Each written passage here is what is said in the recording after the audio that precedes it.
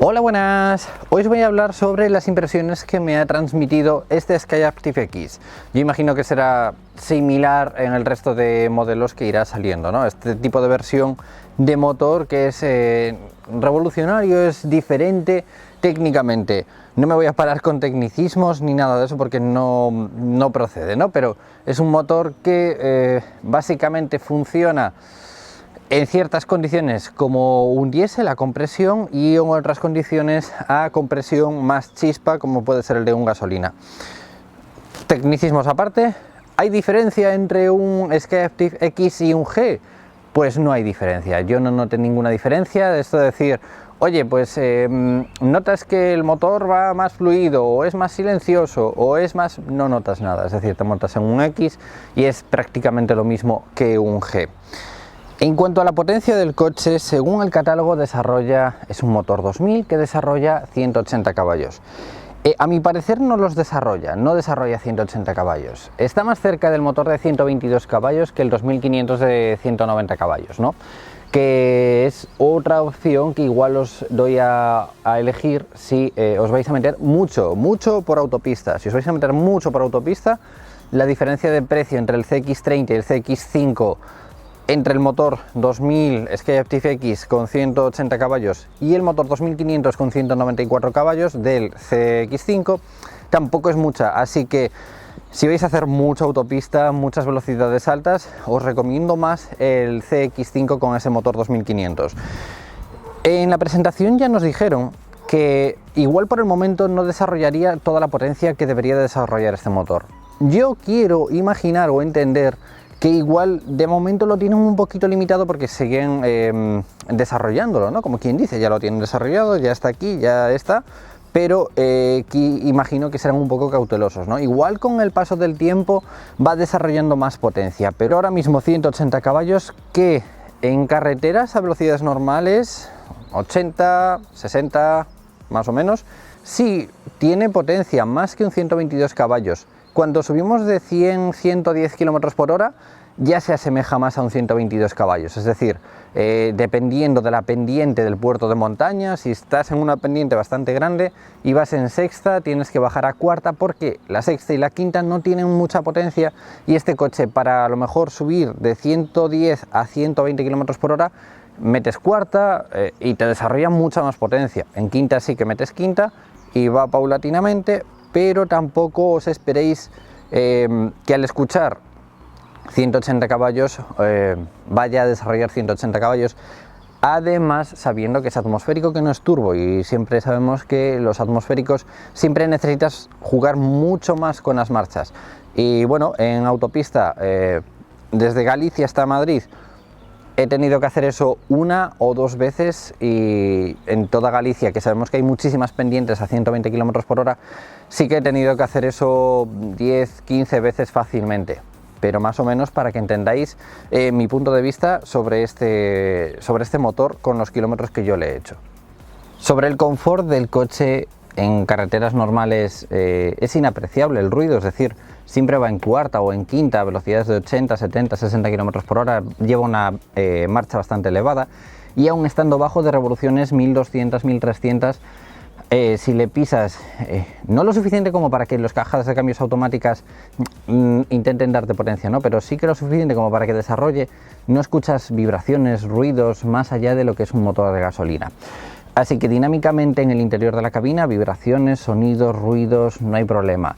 Sí que cuando te metes en autopista y vas a 120 km por hora, si llevas la caja de cambios automática, como es en este caso, sí que tiende a bajar varias marchas de golpe, ¿no? Estás en sexta y de repente el coche siente que le falta potencia y mete cuarta directamente, entonces de repente hay así un ruido. Pero bueno, yo lo solucioné a la ida, sí que fui en modo automático para ver un poco el comportamiento.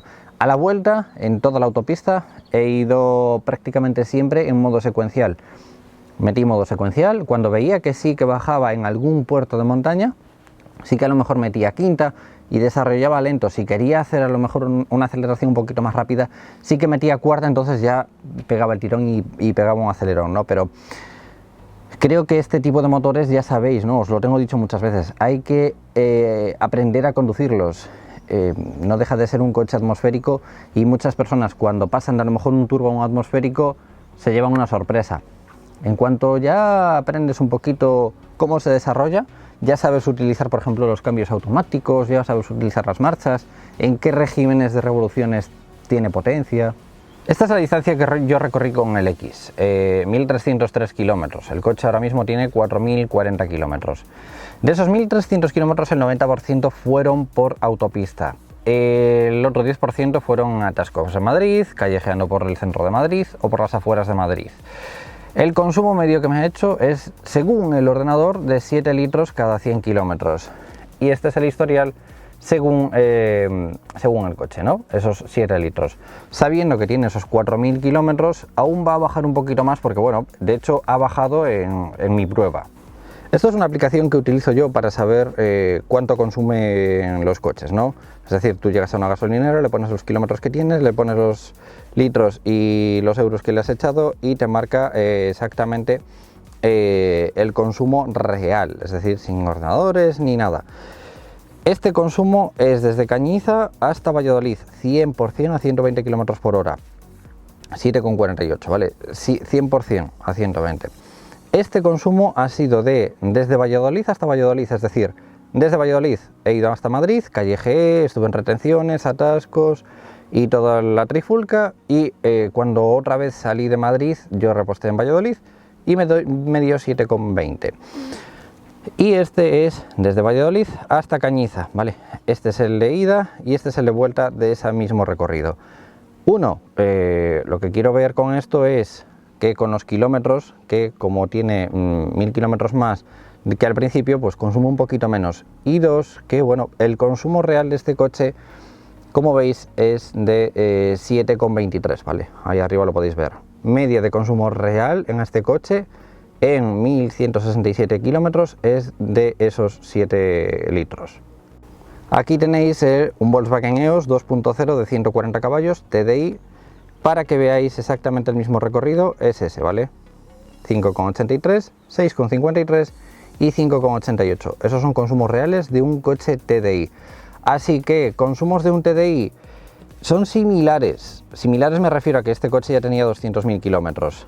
Pero este coche, cuando esté en un poquito más de uso, sí que va a andar en torno al 6,5. Es un litro más que un gasolina. No tiene la misma eficiencia que un diésel, pero está bastante bien. El resumen de mi prueba ha sido me esperaba más potencia de lo que realmente tiene, no me aparenta tener esos 180 caballos que dicen que tiene. Si necesitara un coche con potencia suficiente para autopista, autovía, velocidades de 120 km por hora y demás, hablando de mucha carretera de ese estilo, me iría al CX5 y el motor 2500, ¿no? La diferencia no es que sea poca, pero esos 4000 euros de diferencia sí que yo creo que si usas mucho el coche en autopista van a ser necesarios.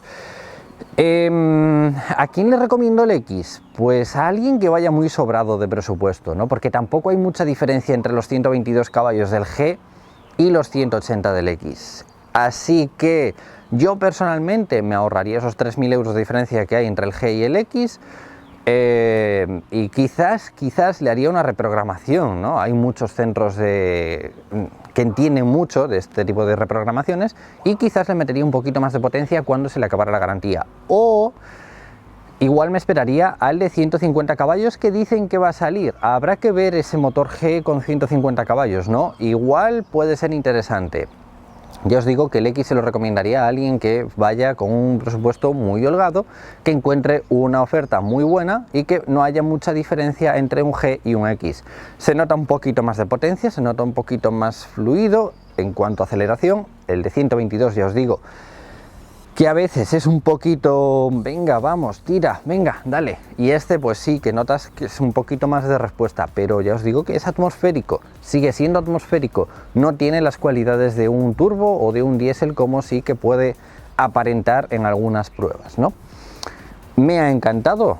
Sí, la verdad es que sí, es un coche muy bueno. Dinámicamente, hablando del 30, ya no hablando del motor X, sino hablando del CX30, es un coche tremendamente cómodo, muy cómodo, muy fácil de maniobrar en lo que es en ciudad, atascos, callejear por el medio de Madrid, que son calles como muy estrechas.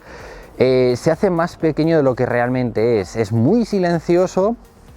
La postura es muy buena, tenemos muy buena visibilidad del entorno en general, así que el 30 me ha gustado mucho, pero mucho la verdad, y por autopista se comporta bastante bien, no tengo queja ninguna. Así que nada, esa ha sido, ya os digo, mi prueba de los 1400 kilómetros que le he hecho. Es una prueba prácticamente todo en autopista, pero también, si queréis una opinión que no sea de callejear por aquí por la zona, esta podría ser mi opinión de este coche. Así que chicos, como siempre, si le dais a me gusta, comentéis o compartís, os lo voy a agradecer muchísimo y nos vemos en próximos vídeos. ¡Un saludo!